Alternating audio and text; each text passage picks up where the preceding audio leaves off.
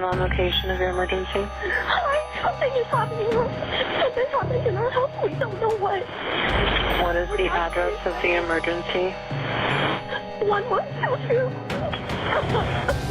What is the rest of the address? Oh, Kings Road. The energy is everywhere. They don't know how to react. Tell me exactly what's going on. One of the roommates has passed out, and she was drunk last night, and she's not waking up. They're still in this level of denial of what's actually transpired in their home. Okay. Oh, and they saw some man in their house last night. Yeah. At first, the police came out and said there was nothing suspicious about it. Can I just tell you what happened pretty much? What is it? It was a cold November morning in the quiet college town of Moscow, Idaho. The sun rose over a scene of horror. 4 young students brutally murdered in their off-campus home. No sign of forced entry, no clear motive, no suspect. For weeks, fear gripped the town, but then police arrested Bryan Kohberger, a name no one expected, a man no one truly knew. First tonight, shocking new details in the Idaho college murders as the suspect appeared in an Idaho courtroom for the first time. Newly unsealed documents outlining a key piece of evidence that helped investigators track down their suspect. She actually saw him in their house minutes after the killings. We'll have the latest on Bryan Kohberger's hearing today. Who is Bryan Kohberger? Bryan Christopher Kohberger, a 28-year-old PhD student at Washington State University, just 10 miles away from the crime scene. He was studying criminology. Yes, you heard that right, criminology. His classmates described him as quiet, intense, and oddly interested in serial killers. Online, he had posted cryptic questions on Reddit asking convicted criminals to describe their emotions and thoughts during their crimes. The grub truck video cast a lot of suspicion on Hoodie Guy. This nondescript person acting suspiciously around Maddie and Kaylee. It's like one step away from a samurai sword. It's a crazy weapon. He wanted a physical battle. Some called it academic research. Others saw it as something darker. He reportedly struggled with mental health in his teen years, battling visual snow syndrome, a rare neurological condition, but nothing in his past screamed killer until now. And we want to get into a case I know you're keenly interested in, and that, of course, is the Bryan Kohberger murder case that just today in a courtroom in Boise, Idaho, pretrial motions were underway. Both sides there inside, kind of hashing out some of these logistical concerns before this trial.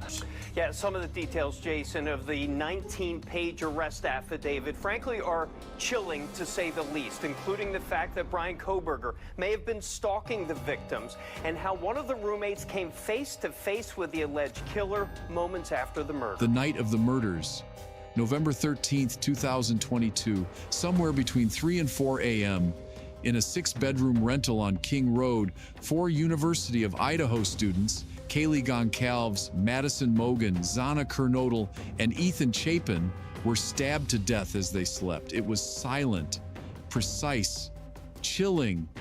And there's a new twist in the Bryan Kohberger murder case. The defense asking for yet another delay in the high-profile trial, which is scheduled to start on August 11th. Kohberger is charged with killing 4 students at the University of Idaho in 2022. He could face the death penalty if convicted, but he continues to maintain his innocence. His attorneys now say a recent Dateline episode may have violated the judge's gag order, potentially tainting the jury pool.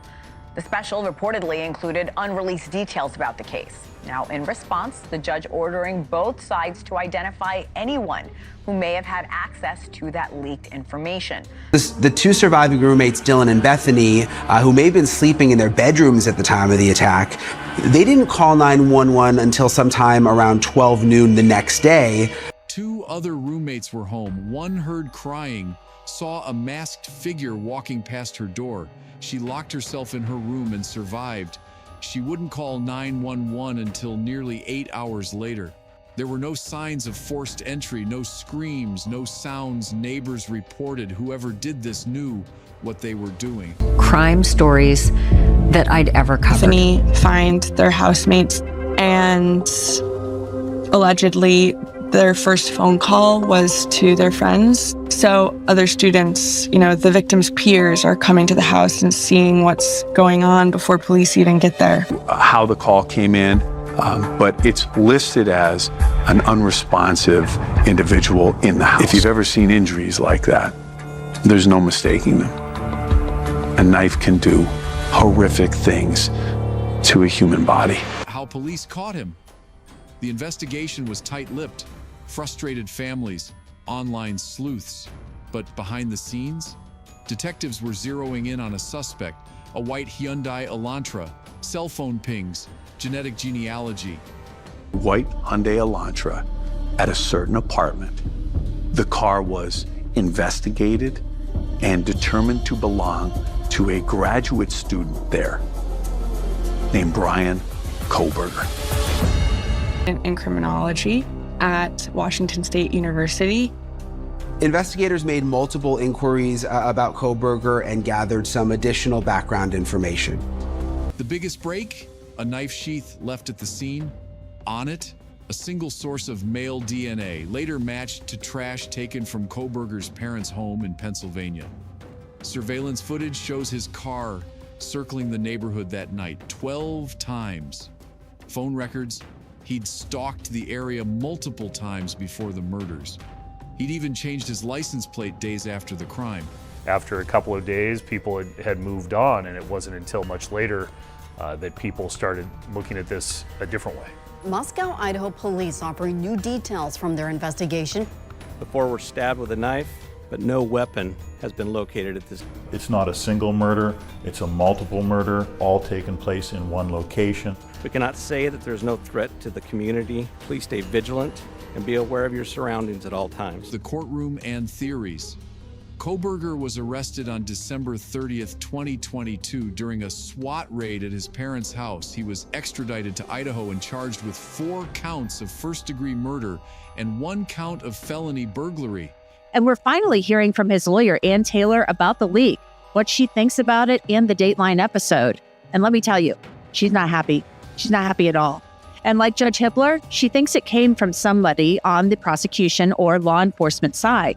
Documents reveal new, chilling details about the morning of the murders.